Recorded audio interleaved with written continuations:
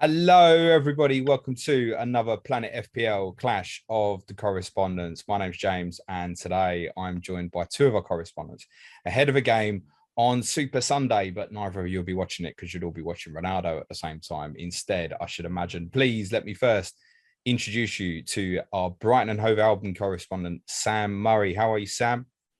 I'm great, thank you. Good to be here. Talk a bit about Brighton and our push for European football this season. Yeah, I'm going to take the piss out of that in a minute, mate. And let me introduce you to someone who's already in Europe this season, our Leicester City correspondent, Aaron Lagor. How are you, Aaron? Yeah, good. Thanks, mate. Sam, I was looking at Understat, and you get dug out for this XG stuff all the time, right? So you've won 3, lost 1, brilliant start. But I looked on Understat, right? That's a nonsense. So your expected points, you should be 13. You're outperforming your expected goals. You're outperforming your expected goals conceded. So what the fuck's happened, mate? Yeah, it's about time. It's all just completely flipped over from last season. We're clinical. We're not actually creating that many chances. Clinical. We're scoring. It's crazy. I think Brighton and Leicester are both up there on overperforming next year at the minute. But I'm happy. As long as we're scoring, I don't mind. Are you, though? Are you scoring? Well... Or is it an illusion at the moment? Yeah. We are...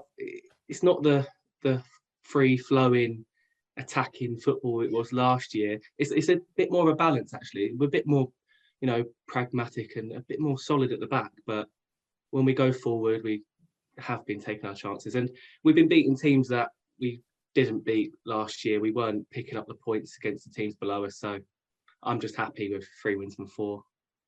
Yeah, no. Listen, you absolutely should be. 9 points from 4 games. Nearly any team in the league would take that over any fixtures.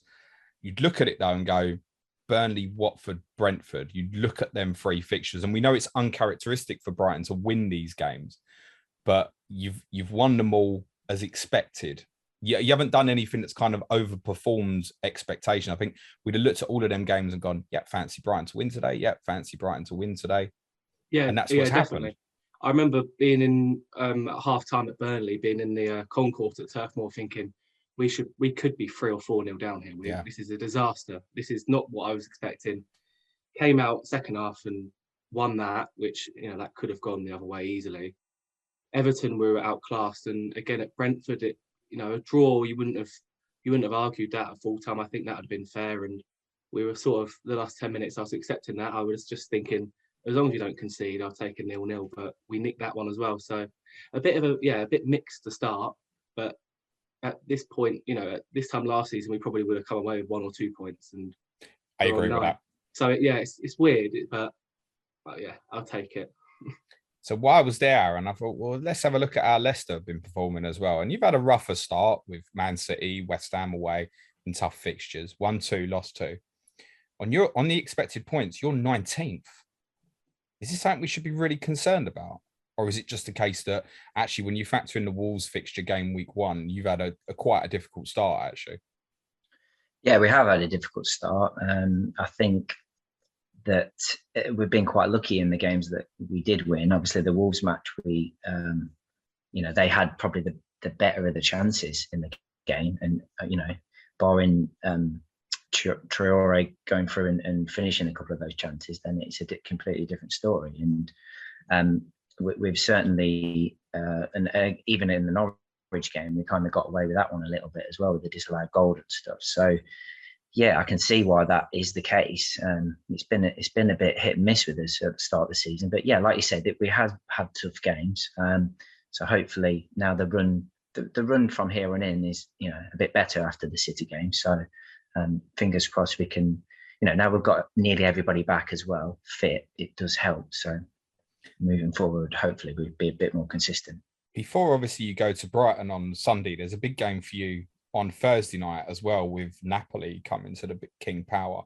How seriously do you expect to treat that competition? Because I guess being in a group with Napoli is quite competitive. There's no guarantee that you'll go through actually from that section. Europa League just generally is more condensed and looks a little bit more competitive this year. Is that something you think that's likely to weigh heavy on the team? Because it feels like it has at certain points. European competition has potentially when you've had seasons in Europe.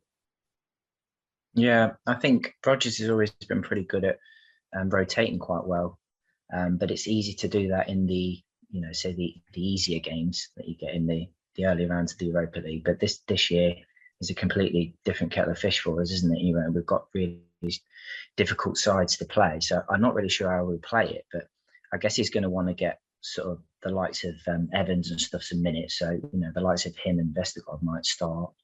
So yeah, I would imagine he'll take it pretty seriously. He does with most competitions, but it's just balancing that with the league stuff. And obviously, league's bread and butter, isn't it? But it'd be nice to have a good run in the Europa League this year. Yeah, it ended really flat with that defeat to Slavia Prague. That was very unexpected last season.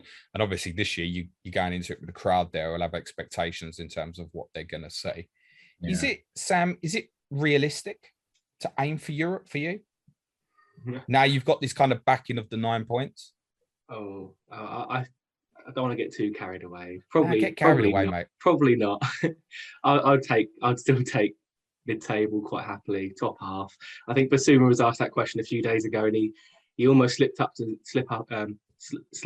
said, we'll go for top 6, but he calmed himself down a bit and said, we're just taking every game as it comes, and I don't want to get too carried away. I saw that interview with East Basuma, and it was quite telling.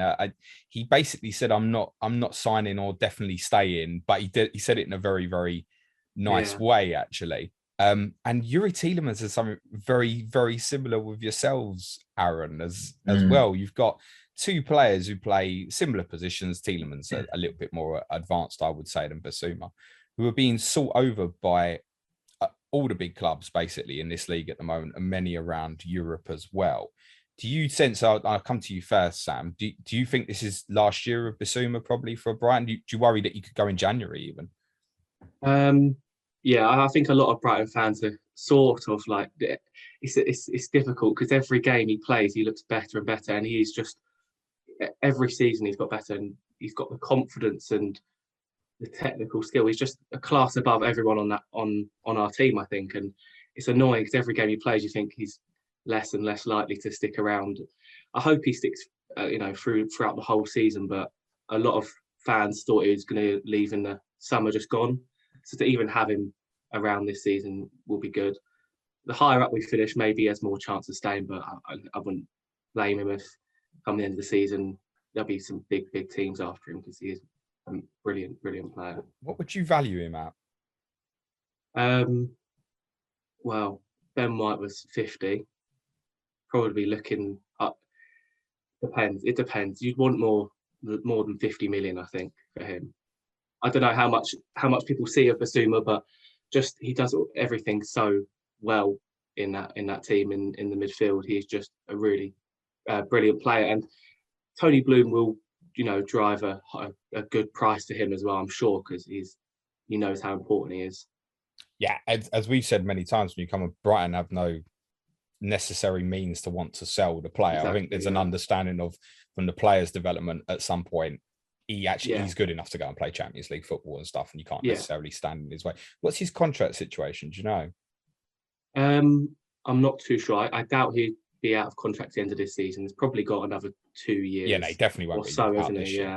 Yeah. So I wouldn't worry too much about that. Yeah. I asked because I know Tielemans is 2 years left, isn't he, Aaron? And I don't know if you saw his interview the other day, but he basically very much said keeping my options open, which is okay. I think it's completely reasonable, and it's almost better to be honest with fans rather than say no, I'm definitely going to sign, and then not sign. Yeah, and I think fans are realistic as well. They know that he's a great player and he's going to have ambitions to go on and play for a big club. And not that we're not a big club in my eyes, but I understand him wanting to go up to that next level because he's got the ability. I think they were trying to get an extension, weren't they, for maybe even another year. But the fact that he's got 2 years left means that he can't go for free in the summer. But I think we did well to keep him this summer because there was plenty of rumours around whether he would actually stay this year. So it's been a plus. Yeah, I mean, in the case of Tielemans, I think we're talking possibly Manchester United, Real Madrid levels of potential move. That's not to say that that can't be the case for Basuma as well. But you're talking about Tielemans going to a team that's got not just aspirations of being in a Champions League, but aspirations of winning a Champions League as well. And I think, that'll be a very interesting story to follow over the next 6 months or so. Let's talk some FPL assets then, guys, because actually there's some very interesting ones from both of you. And there's a case to be certainly made, Sam, that you've got another few good fixtures coming up. Leicester, Palace, Arsenal. I guess the Palace away fixture, it's your big derby, isn't it, mate? Looks a bit more difficult than it might have done pre-season. You've got Norwich away in game week 8 as well. And for yourself, Aaron, there's 3 good fixtures as well. Brighton away is not easy at all, but then Burnley at home, and then you go to Palace yourselves as well. I'd like to start with you, Sam, on defensive players. Adam Webster's injury is a major loss, isn't it? Yeah, it's bigger than most people will think as well. I haven't heard anything right now, but it didn't look good when he went off. As soon as he went down, it was game over. You were at the game, weren't you? Yeah. So not many people will have seen the footage of what happened. Can you just explain from your eyes what you saw in the game at Brentford? Well, it was just like about 10 minutes before half time, and he just went down. I think it was his hamstring. I wasn't too sure. It was something down. And as soon as it's one of them ones where as soon as they go down, it's like, it's something, no one's near him. Muscular. No one's really, it wasn't a contact injury. And you see some, players already straight away warming up on the touchline. It's not good. And he'll be a big miss, definitely. So I've been advising people week on week, don't get Duffy. Oh. He's going to come out the team. Don't get Duffy. Now everyone should go and get Duffy, shouldn't they? Honestly, the first 3 weeks of the season, I spent most of my time saying he's not nailed. As soon as Veltman comes back, I wouldn't bet on Duffy to start. And as soon as Veltman comes back, Webster gets injured. So I think at least for the next 3, and I reckon until the next international break, Duffy looks like a pretty safe bet, to be honest, in that defence, which I never thought I'd be saying again, to be honest, after last season when he was out on loan. And seems to have loads of centre backs, and now we've ended up with Shane Duffy again, but he's done well. Yeah, to clarify, we're recording the podcast on Wednesday evening, and until Potter does his press conference, I don't think we're going to get an update on Webster. I don't know if Potter's due Thursday or Friday, but I imagine we'll get the update there. And I guess as long as Webster's out, there's a fair chance Duffy will stay in that team. You changed to a back 4 during the second half at Brentford. Is that how you imagine you'll set up now on Sunday? I think we're probably more likely to go to a back 4 now. I was just reading through what some of the fans thought, ahead of the game, and it's quite 50-50 actually. We could get away with playing a back 5 still, with Veltman dropping into the back 3 and maybe like Solly March or Moda at right wing back, but I'm not too sure. I think either way you're going to get Dunk, Duffy and Veltman in there regardless. I think they're going to be starting. Maybe a back 4 would be a bit dangerous to play against Leicester. We'd have Cucurella and Veltman as fullbacks. I'm not really sure how that would work, but I think with the players we've got the flexibility to change it. You'll see the lineup and you won't know if we're playing a back 3 or a back 4. So probably more likely to play a back 4 now with the injury. It's very true, actually. That's nearly always the case when you look at a Brighton lineup. You think, I think that's a back 3, for example, but it could be a back 4 with mad things like Pascal Gross playing left back on opening day at Burnley, which I don't think we'll ever see that again. The other thing that's obviously really important to note, because there is going to be interest in Duffy, he's your highest scoring defender. He's already scored this season. He's an absolute unit from set pieces. He's 4.2. There's nothing to overly think, but there are obviously shadows looming. We don't know the Webster prognosis yet. I think we're saying while he's out, yes, Duffy plays, but it's not going to last forever. How far away is Dan Burn as well? It seems like Dan Burn's still a few weeks away, and Lamptey would affect Duffy as well, because that takes away that right back position, and then you could see Veltman come in at centre back. But I think with Lamptey as well, it's another. I think he's targeting the cup game in a few weeks, and even then he'll be. He's not going to come straight back in. So I think for the next few weeks, Duffy's safe. Watch him be on the bench now. I've said that. I'd read the plan was. It's been difficult to find information on Dan Burn actually, but I'd read that Tariq Lamptey is penciled in to play against Swansea in the Carabao Cup third round tie next Wednesday. Now he's 4.4. As soon as he's playing, he's going to interest people, isn't he? Yeah. I've almost forgotten what it's like to see him play. It's been so long. He's such a great player, and he would go straight in that right wing back. Him and Cucurella on out wide would be brilliant. I'm not sure about his minutes to begin with. I'm not sure we're going to throw him back in and ask him to play 90 minutes week in, week out again. That seems a bit silly, but yeah, once he's back in, definitely one to watch. Yeah, 4.4. I mean, if he goes in and plays right wing back, he's instantly exciting as a defensive option in this game. I think there was, even though he hadn't played for you for the last few months of last season, when the prices were unveiled, a lot of people were sticking him straight in at like 4.5 because he's such an exciting prospect. What did you make of Cucurella's debut, a player not many people will have seen? I thought it was quite good, actually. We went down that left side a lot, and he's got the energy and the Spanish flair. And I think he was. You think he had a solid debut. One of them as well, where you look at and you can tell he's new to the league and he's just getting used to the team. But he looks like a great player. I'll be honest, I hadn't seen much of him before he got here, but there was a lot of hype when we signed him. It dragged on a lot over the summer. In the end, we paid the release clause and just a bit more competition, I think, at left wing back with Solly March. But again, maybe not an out left back. I'm not sure how comfortable I'll be with him at left back in a back four, similar with March. So looks like going forward it'll be the three at the back with either one of them on the left. Yeah, I'm unconvinced in terms of whether that's going to work at left back. We've spoken in the past about why not just play Solly March that position, but essentially March is more of a wide player than a full back as well. Obviously, Dan Burn can cover that position. It has been, when you've played a back four, it has been a problem position. I think Jakub Moder can play left wing back as well, can't he? Yeah. So they're all basically left wing backs, except, and Burn's a centre back, isn't he? You don't actually have a profile player of a left back, essentially. Yeah. And that's what makes me think we'll go with the three at the back again this weekend. It's just that left back position which would be a problem. Like you said, March, Moder, Cucurella, and they're not really solid defensively as well. If you're going to have Duffy in there, and Veltman's not a recognised right back either, you're asking for trouble there. So I won't ask you to pick the whole team, but go on, predict the back line for the weekend against Leicester then, and the system they'll play within. Well, Dunk, Duffy and Veltman will start. I'd say I'll go for a back three, actually. Cucurella on the left. And Gross. Right. And well, if Gross is not isolated anymore, maybe. But also we could even throw in Solly March there just to deal with Harvey Barnes, I think. Even though he's left-footed, Harvey Barnes likes to cut inside. So I think we might go for that, but who knows? I think Veltman, Dunk and Duffy, I know they'll start. Thoughts on hearing that, Aaron? Because I think Sam's kind of lacing it with saying we might be a bit worried about Barnes, potential lack of pace in that back line. What do you think hearing those thoughts on Sam? Yeah, I'm still trying to weigh up in my mind how we're going to set up at the weekend. I don't think Barnes has really done anything wrong. It just doesn't seem to be quite, He's in my FPL team. He's done nothing wrong. I know. Well, you were very bullish on Leicester assets in pre-season. I did warn you. Thanks, pal. You were. But I just don't know. Something's not quite clicked with us as it started this season.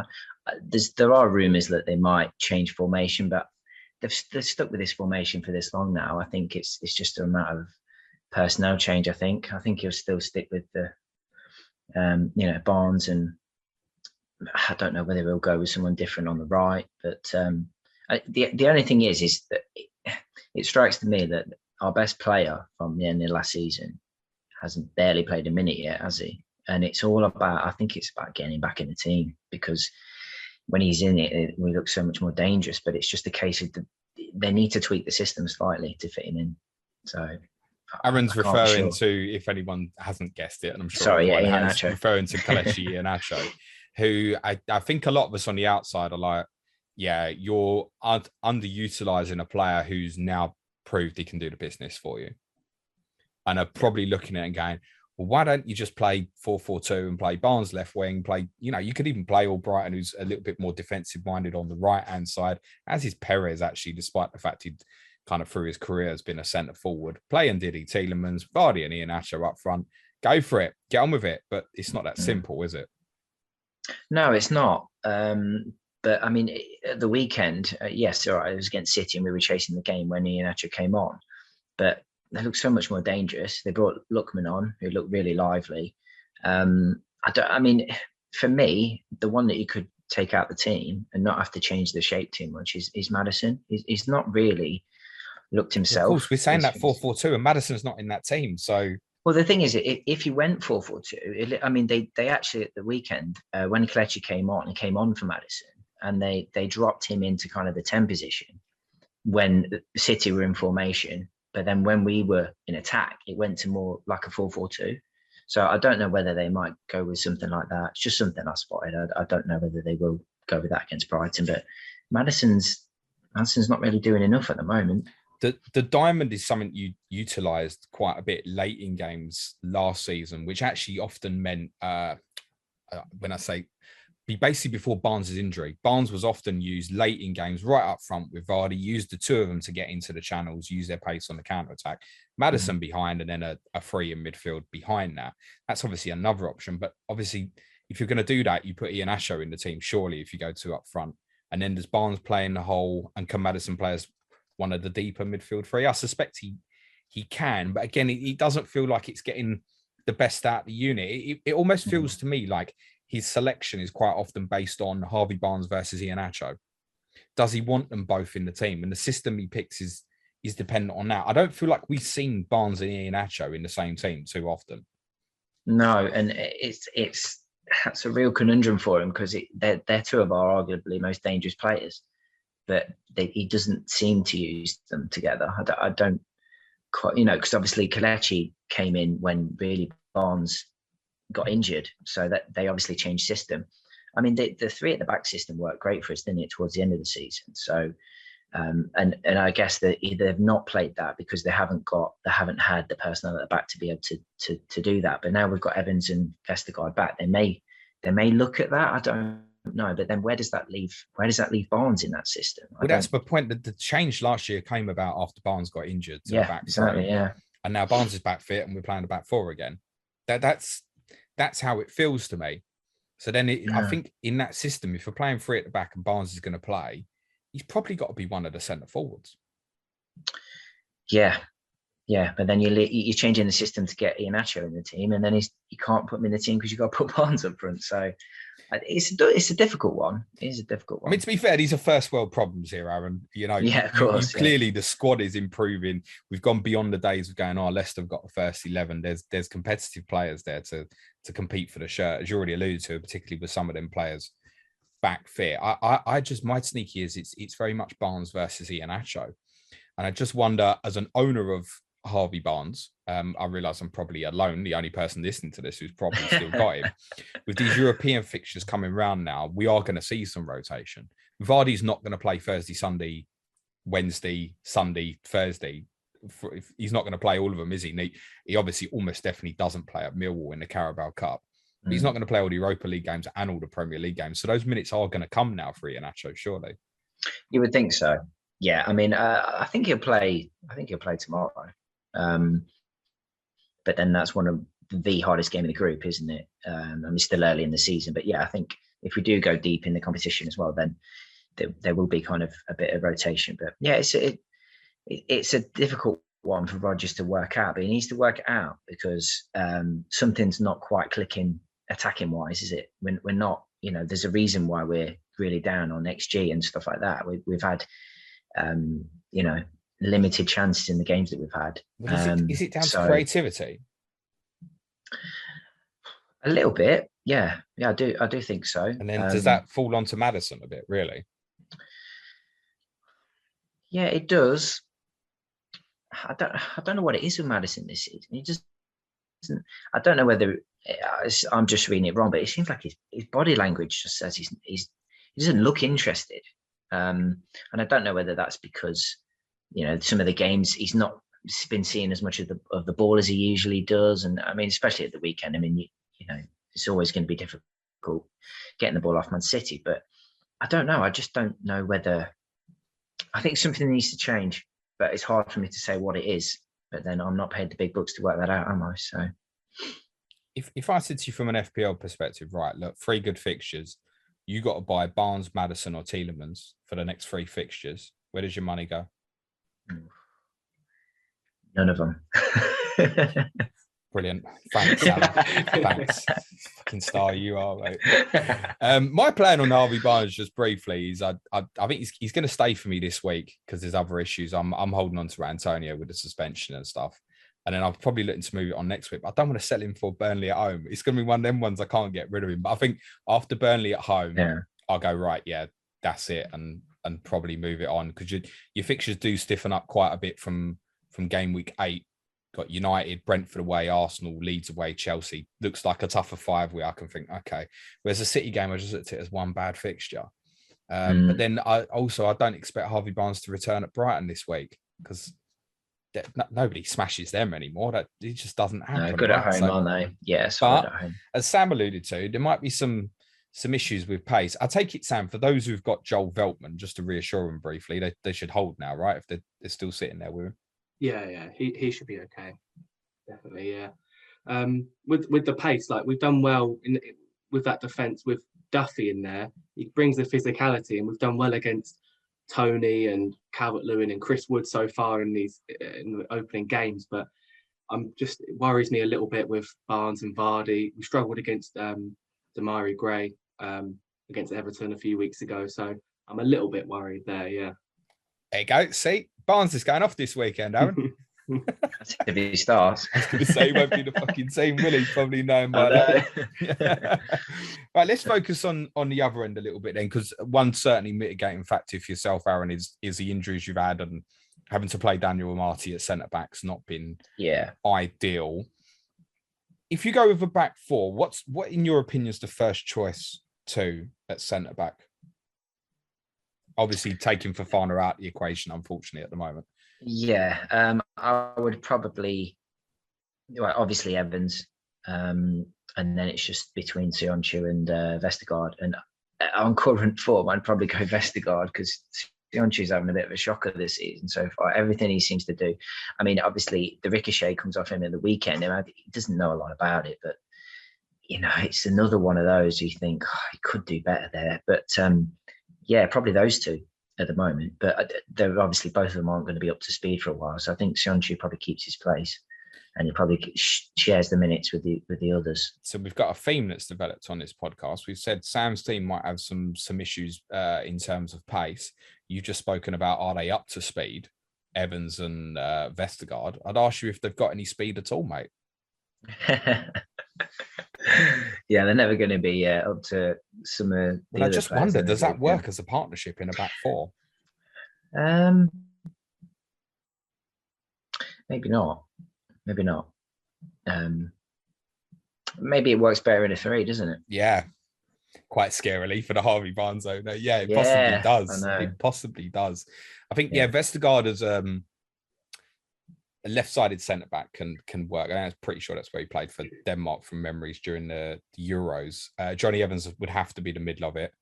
Sionchu normally plays left-sided centre-back, but I presume, he's a right-footed player. It's no problem for him to go and play right-sided centre-back. I'm sure that would be absolutely fine. Although ideally, that would probably be Fofana, wouldn't it? Unfortunately, I think you have to you can't underestimate the loss of Fofana, because not only from a matter of he's our best defender now. But also, mentally, that was such a tough thing to take a week before the start of the season, knowing that we've lost our best defender, and obviously we then don't have our recognised other best defender in Evans at the back. So it's really unsettled us, I think, and that's probably been one of the reasons why it's been a bit all over the place. I mean, obviously the West Ham game was a nightmare, wasn't it? Sionchu had a few moments of disaster. I think he was looking over his shoulder for what Amati was doing all the time, mate, I think. And it obviously affected his own game. He's so prone to that, though, Sionchu. If you watch a lot of him, he's got 1 or 2 mistakes in him every match.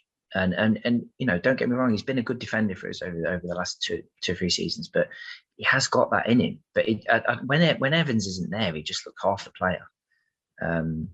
But yeah, I think, if Fofana had been there, I think the season would have been completely different. 4.5 million hero. Oh, yeah. He's still in 0.4% of teams. Let's have a look, actually. Poor bugger. Please sell Wesley Fofana. What a shame, because, I know. Everybody, I don't speak to anybody who went, no, you've overhyped him last year. Everybody's so impressed. So good.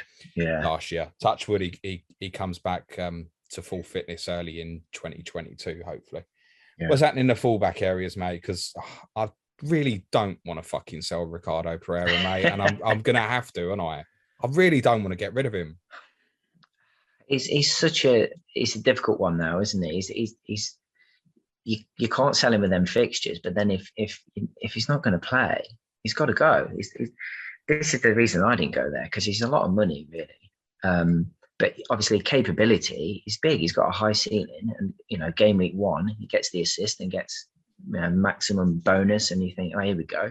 He must have been laughing all the way to the bank, but. I did think I was a clever dick game week 1, mate. Yeah. Yeah. Well, I was so close to going him as well. And I went Luca Dean instead, and that was a disaster move. But it's a tough one. I think he comes back in. Oh, stop it, Aaron, because I've already decided in my mind. I'm selling him. I've already decided in my mind. Although if Castagna starts against Napoli, that might. I think if Pereira plays against Napoli, I think sod it. Yeah, he's come back quite quickly from the injury, Pereira, hasn't he? So it makes me think it wasn't as bad as first thought. So they probably just managed him against City. I don't even know if Castagna does play against Napoli on Thursday night. I don't even know if that helps me, because there was the nonsense last year where he said, "Oh yeah, he can't play twice in 4 days," and we didn't see him for 10 days with 3 easy fixtures. I think if he starts tomorrow, he'll probably pull him off in an hour, and then he'll probably start the weekend. But if he doesn't start, then you're probably right to sell him. Really. So, I mean, thoughts on the fact that he didn't play against Man City. So obviously he got another assist in the Norwich game, went off after 10 minutes. And I assumed he was going to be out for a while, so planned on having him out. Rodgers does his press conference before Man City. No, yeah, he's trained, he's fine. He's available for the weekend. Doesn't start. Doesn't make sense to me, mate.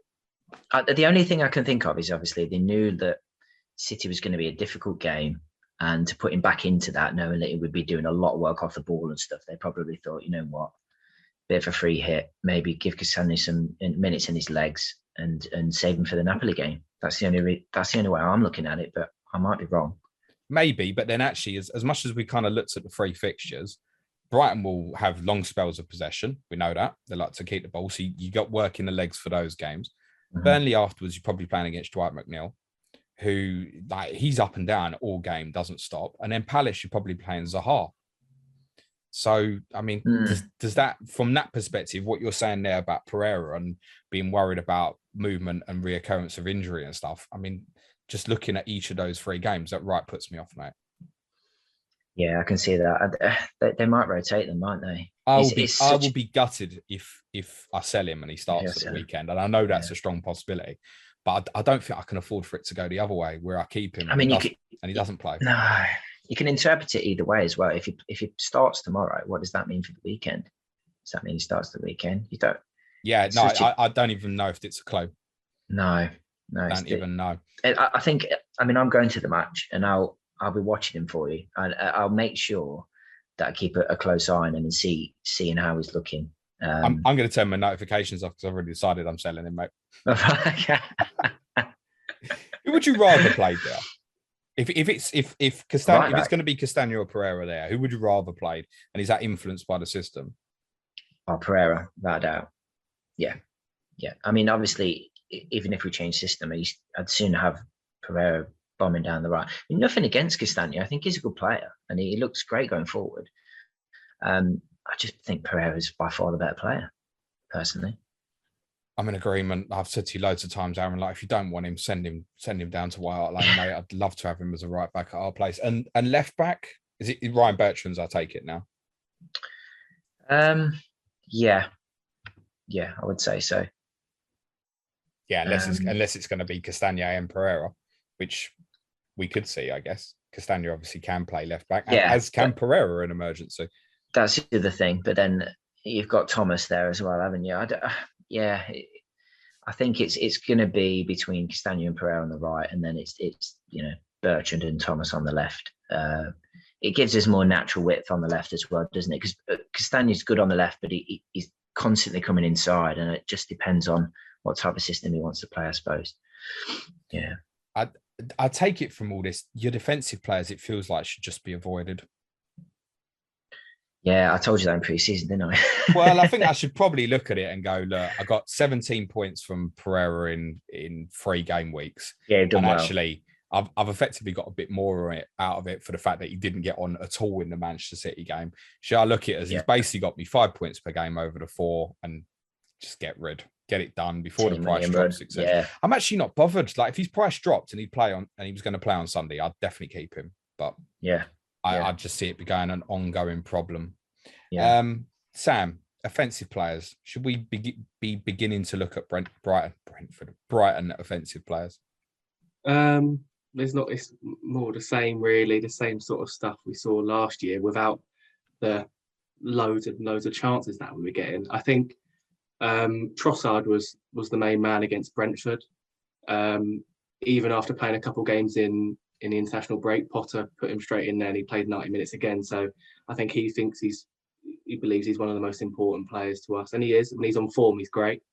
I think he done well, particularly because we saw the partnership of Welbeck and Maupay again, and they played similar to how they did against Newcastle. I think it was last year, where they kind of drifted quite wide. Okay, yeah. They almost pinned back the Brentford Gameweek wing 29 back. game. Yeah, I remember. Yeah, they almost pinned back those Brentford wing backs and kind of gave them a little bit of, a bit more to think about. So they weren't as attacking as they could have been, those wing backs, but also meant Maupay and Welbeck didn't really get much up front. So yeah, it's more of the same, really. We kept Brentford at arm's length the whole game. We were quite comfortable. With about 20 minutes to go, we brought on McAllister, and he's been a game changer a few times. I really like Alexis McAllister.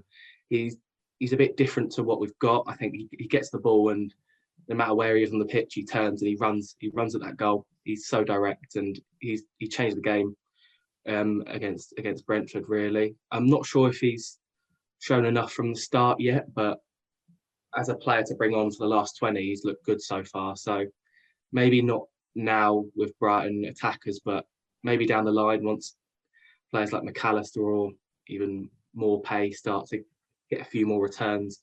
We don't really have a clear run of green fixtures now. I think we had a few good ones to start the season. Arguably you've had it, and there's a couple more to go with Palace, Norwich, if you still want to include Palace in that, which I suggest everybody does, because listen, it was only Tottenham at the weekend.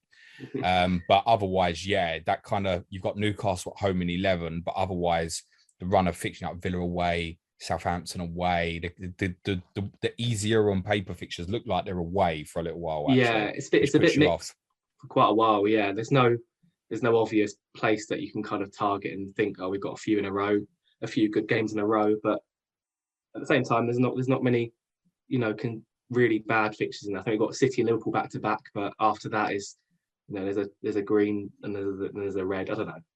Maybe later on in the season with Brighton attackers. But I think McAllister, you wouldn't take the gamble now because it's not even a shot that he's going to play, and you've got people like Gray and Gallagher at similar price, a little bit more expensive, but in and around that value, for example.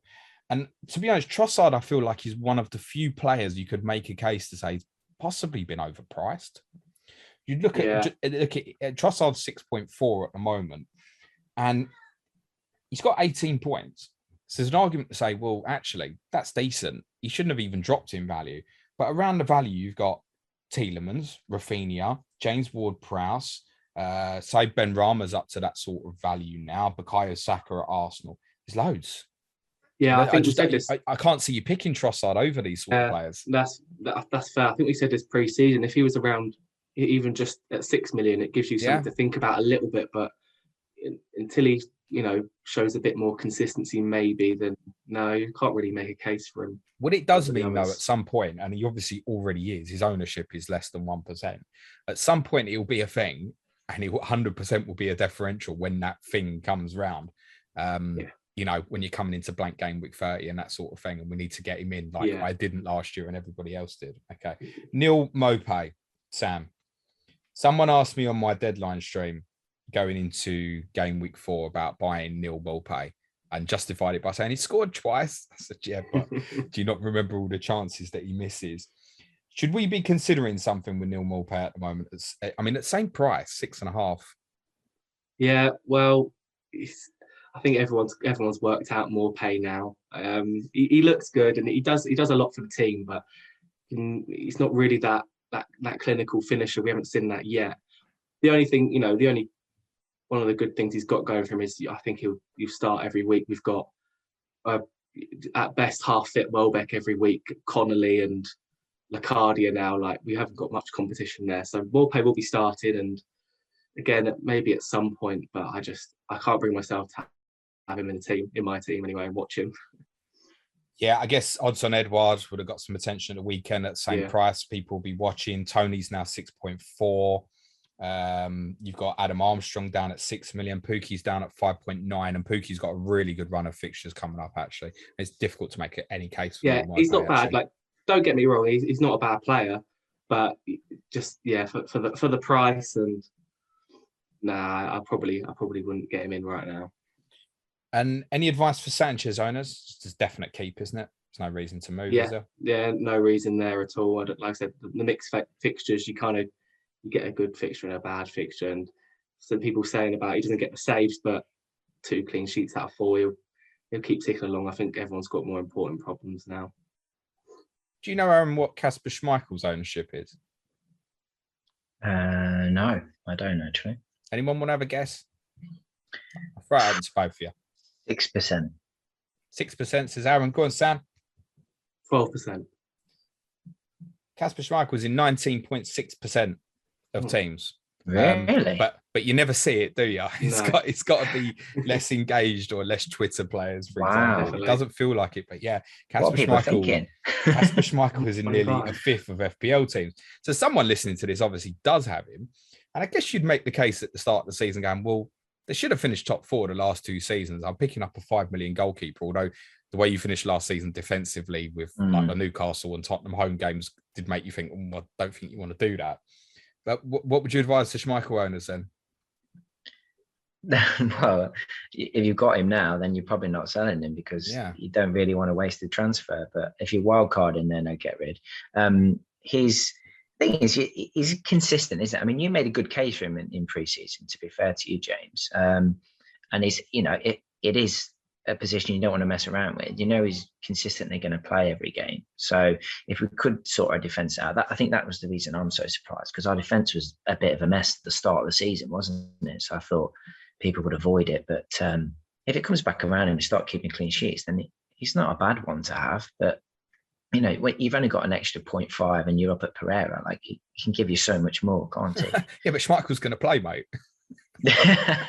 Yeah, that's very true. Yeah, but yeah, I mean, consistently, if you knew Pereira was going to play, then it's a no-brainer, isn't it? I think Schmeichel probably got a bit of attention as well, because a lot of people were sitting there with Fofana. Then when he got injured, it was like, there's no 4.5 Leicester left. Oh, okay, let's go with the solid and the obvious. And I mean, he's going to be, and he is every year, kind of at least a 120 point player, but he probably isn't around that kind of 120 to 140, which is very acceptable for his value. You probably just think you can get more out of it. And I wonder if it's telling the fact that I bought Wolves Jose Sarr last week and at the same value, and I didn't consider Kasper Schmeichel at all. No, I don't think he's very viable, really, personally. I agree, though. If you've got, you definitely hold for at least the next 3, I think, don't you? Yeah. All right. Thanks for that, guys. I think that covers off very nicely. Let's do predictions before you go. Sam, you're the home team. Prediction for the game on Sunday? Well, we never do well against Leicester. I think it would be a real statement if we won that game. I would be more than happy with a 1-1, though. Title challenge if you win? Why not? And Aaron? Yeah, I've been torn with the fact that I thought we might nick it, but I think Sam's probably right. I think 1-0 is probably be about right, because Brighton are a good side at home now. There are no mugs at home, and we've been struggling to score goals. It just depends on how Rodgers sets up. So yeah, 1-0. Am I right in saying this is normally a low-scoring fixture? Is that something, just a perception I have? Low scoring for us, I think. We don't usually score many. I think it's been a few draws in there. I think we've had a few. I think we had a 3-0 away at Leicester a few seasons ago. So won't be too many goals. Yeah, I've got the last few fixtures up here, and there's been like. Yeah, I've just got them up now as well. Yeah. I mean, the last we won 3-0 a couple of seasons back. Yeah. In the Premier League meetings, there's never been more than 3 goals, and you haven't beaten them since you come back up, Sam. No, I think. Well, the last win would have been the 4-1, I think, wasn't it? Away. Yeah, it was. Yeah. When I think we had Lingard. I think Lingard scored for us that day. That's how long ago that was. Wow, we've had Lingard as well. Yeah, spooky. That's a He's been around, isn't he? A long time ago. That Good back pass the other night, wasn't it? I'm gonna say Leicester to nick this. 1-0. It's a little bit based on the pace in the channels. I think Duffy will play right side of Dunk, and it's Vardy's side. And I think if the pass is right at some point, then he'll have an opportunity. I'm gonna go 1-0 Leicester, but I think we're probably right to assume a very low scoring affair, actually, which is another reason why I don't really want to get rid of Pereira, Aaron. But I've got to, mate. Barnes gets a stay of execution. He might get a winner from that left channel. You never know. You never know. Thanks very much. Before you go, guys, Sam, where can everyone follow you on Twitter, mate? FPL Seagull, the usual stuff over there. I try my best to predict the lineups every week, and I already regret it because it's impossible. But that's why I only asked you for the defensive. No point picking what the attacking players will be. You haven't got a clue. At least defense, Sanchez, Dunk, right? That's 2. You've only got to guess a couple more. Exactly. And Aaron, where can everyone follow you? Just at Aaron Lagor. Good man. Thank you very much. Wish you both the very best of luck, guys. Tomorrow, I don't know what's coming yet, but it will be something FPL related, I can promise you. And the deadline stream will be at 5:30 p.m. UK time. Next week's Clash of the Correspondents is with Sean Norton, and Mark Hammond will be previewing the Gameweek 6 fixture between Everton and Norwich City. Thanks again to Sam and Aaron. Cue music, please, man child.